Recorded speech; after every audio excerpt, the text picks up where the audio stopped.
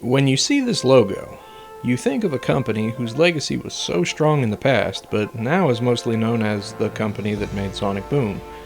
What angers fans of their historic catalog is the lack of sequels of beloved franchises that truly deserve them. One of these is Panzer Dragoon. Beginning on the Sega Saturn, Panzer Dragoon is a flight action shooter very similar to Nintendo's Star Fox series, where you fly on a dragon and blast your way through waves of enemies until you reach the stage's boss. It may sound simple, but that's okay. Sometimes the best kind of game is the simple kind. Panzer Dragoon did well enough that 2 sequels were made. Panzer Dragoon 2's Way in 1996, which has similar gameplay, and 1998's Panzer Dragoon Saga, which switched genres to an RPG, and became one of the most ridiculously overpriced games of all time. Then silence for 5 years. But then in 2003, the latest chapter in the story was released as an Xbox exclusive. But does it hold up to the legacy of its predecessors? Let's find out. This is Panzer Dragoon Orta.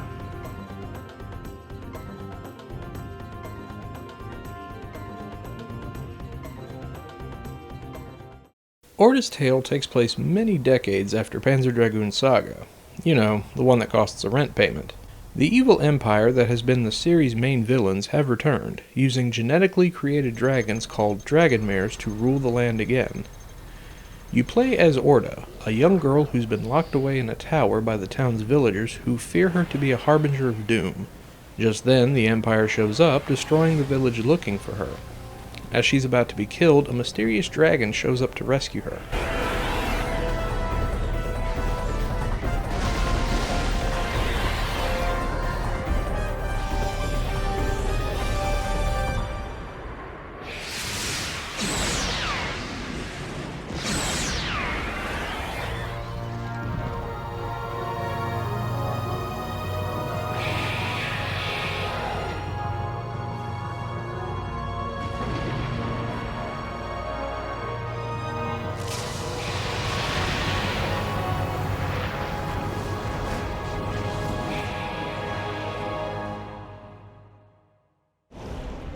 After she's assisted by a strange being named Abed, Orta and her new friend chase after him to discover her true purpose and stop the Empire. Now, the stories of the Panzer Dragoon games have never been complicated. Well, the first 2 anyway. But it's the characters that, to me, have always been more compelling, and that rings true in Orta. There's a sad innocence about her that just clicks with you. Having no knowledge of her lineage, being alone, her tragedy makes her a compelling character, even more so when she discovers who she really is.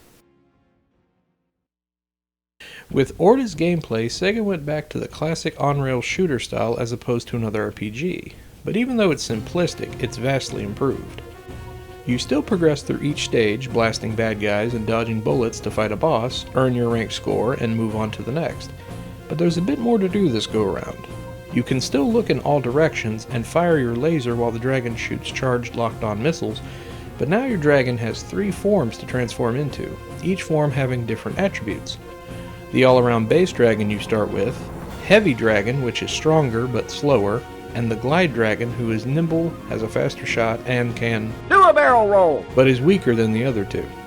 Swapping between the 3 forms is key, as some creatures will be weaker to one form than another. Also, when you kill enemies, some will drop genes that when collected will level up your current form. Returning to the series is the Berserk attack, which, when the meter is filled, can perform a screen-clearing attack. Plus, each form has their own unique Berserk move, which is quite nice. With bosses, you'll learn rather quickly that dashing and braking are a necessity for survival, especially since some bosses require you to dash one of 4 different sides to get a shot at their weak spot, which leads me into one major point. This game is f***ing tough. I've never been able to get through any stage without needing to continue. Plus, if you die, you gotta start at the beginning of the stage. Unless you were able to get to the boss, then you can continue there. So you got that classic fun gameplay with a little bit of improvements here, tweaks there, some fun stuff, am I right? Well, my friends, we've only just begun. There's still the matter of Pandora's box.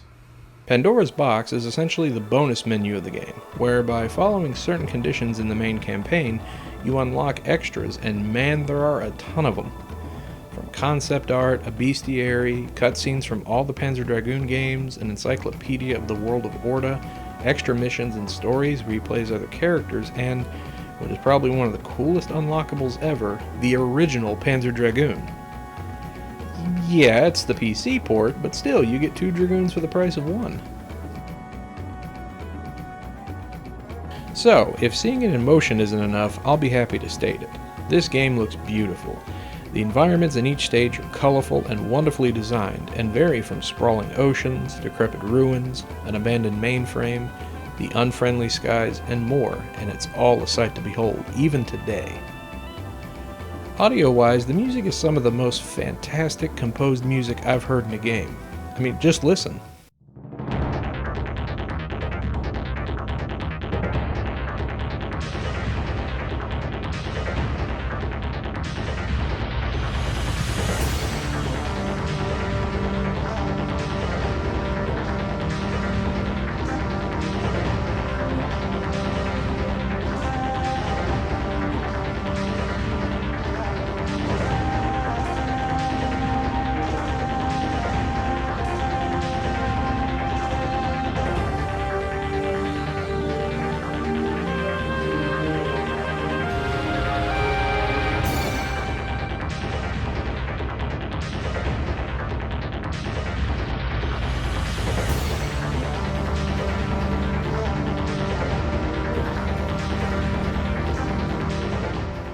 For voice acting, everyone speaks in what I'm pretty sure is a fictional language for the game, but even so, it's spoken very well.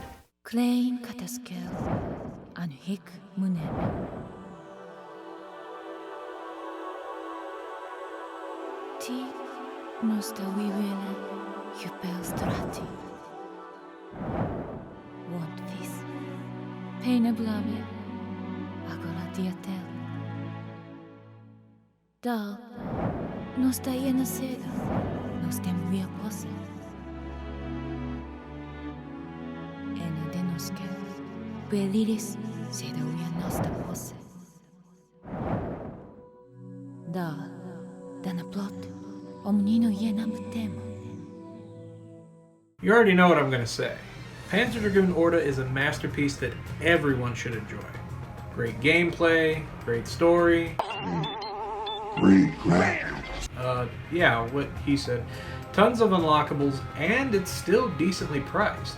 Plus, since Orta is, at the time of this video, the final installment in the Panzer Dragoon series, at least it goes out with a bang on one of the finest games ever produced on the big screen.